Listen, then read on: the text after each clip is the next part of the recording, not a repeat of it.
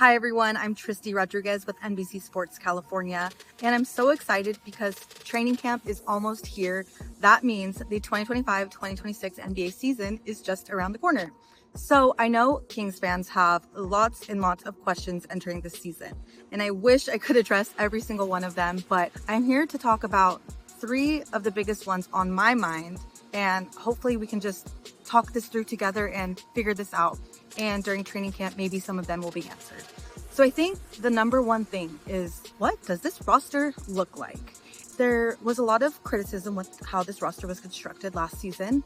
And we thought, okay, maybe this offseason, maybe this summer, they'll blow it all up, right?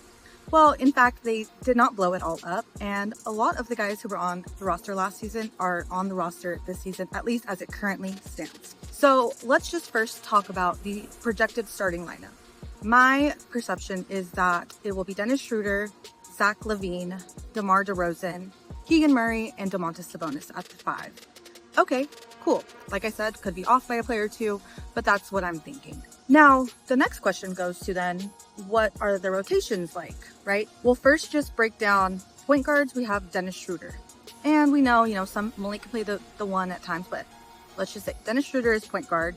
Rest of the guards, we have Zach LaVine, Malik Monk, Keon Ellis, Devin Carter, and Terrence Davis. Now, forwards, and again, let me just preface this by saying we know DeMar can play guard, but on this team, he's a forward, right? As forwards, we have DeMar DeRozan, Meek Clifford, Keegan Murray, and Doug McDermott. Isaac Jones, Dario Saric, Domantas Sabonis, Max Reno, and Drew Eubanks are the bigs, right? Power forwards / centers. Let's just leave it at that. What are those rotations going to look like? Who's coming in as the backup center? We know we lost Jonas Valanciunas in the offseason, so who is that backup center? And again, I'm curious to see who's going to be that 6th man. Is it Malik? Is it Keon? Or is it both of them? And I'm also curious, I give my prediction for the starting lineup, right? Is that going to be different than the closing lineup? Are we going to see Keon in those closing lineups like we did a little bit last season for his defense, right? Or is Doug Christie going to stick with the starting lineup to entrust those guys to close out games as well? And just the last thing on this topic is this flexible? We know coaches like to say, right, like they want to give their guys time to figure it out and all this stuff. That didn't work out too well for them last season. So is there going to be, I don't know, I'm sure nobody wants to put a number on it, but if they start out 3-7 or whatever it is, if they don't have, a good record to start out, how flexible, how much time, how patient is Doug Christie going to be with the starting lineup, with the closing lineups? How confident is he going to be? How experimental is he going to be? So I'm very curious to find out about that. My second question is, what are the Sacramento Kings' realistic, emphasis on realistic, expectations for Keegan Murray? So a big concern was the way that he can grow and really expand as a basketball player is to get the ball in his hands more. And we've seen that not be the case last season because there were so many guys on the team who required the ball in their hands. As I mentioned earlier, that is still the same team. If anything, it might be a little bit worse for him because now we have Dennis Schröder on the team. So what is that going to look like for Keegan? What does that mean for Keegan? How is he? There's so much criticism of Keegan and his growth and being a lottery pick, but we haven't really seen him have the time or the opportunity really to experience that growth. And that doesn't just stop on the offensive end of the court, right? We know Keegan from his rookie season to now has grown enormously as a defender. He is the best defender on the team, right? He's always defending the best opposing player on the team. But he was honest about his exit interviews at the end of last season, right? He would like some wing help. And it's, again, no secret, like the Kings need more wing help to assist Keegan Murray. That's another thing, right? The defense is going to affect his offensive performance. If he's locking down Steph Curry in a 7-game playoff series, and then you ask him to, step up offensively, he's going to be tired. So I'm just curious, realistically, what are these expectations for Keegan Murray? Because there was also a report from Sacramento Bee's Jason Anderson over the offseason that the 2 players the Kings excluded from trade talks was Keegan Murray and Keon Ellis. And, that's just a report, that's a rumor. Scott Perry hasn't came out and said that. But if that's the case, if these players are so valuable to your team and to your organization, how are you giving them the platform to grow?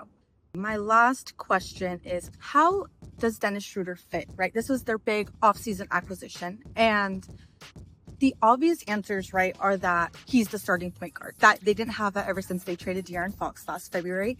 And now they have a starting point guard. Okay, that's the obvious, easy answer, right? But how else is he going to fit with this team? And I'm very excited to find out. I think he brings a tenacity, especially defensively, just his grit. He's a veteran. He has playoff experience. He just won the FIBA Eurobasket Championship and was the MVP for Germany, right? He's a leader, and he's been bounced around the NBA, right? Has played so many different players and can adapt to different teams, different systems, different coaches, different stars. And I really think a player like him will help a locker room like the Sacramento Kings. And that's not to say, DeMar is a veteran. They had Jay Crowder in the locker room last season. And, I've talked to players and they said Jay's, even though he didn't play, right, his impact in the locker room was there. So that means a lot. It does mean something to players. And I think a guy like Dennis is going to be really impactful, right? But okay, cute. Locker room fit, like locker room culture, cool. But we want to see results on the court. And that's what I'm really excited about.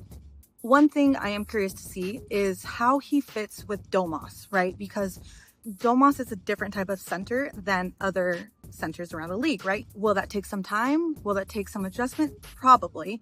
We've even heard Zach LaVine be pretty adamant about his experience when he first came to the Sacramento, that it took him a little while to get used to Sabonis. And, they didn't have much time to figure it out, right? They were battling for a postseason spot and there wasn't time to experiment. So hopefully this summer, this through training camp and the off season, they're able to work together a little bit and figure it out.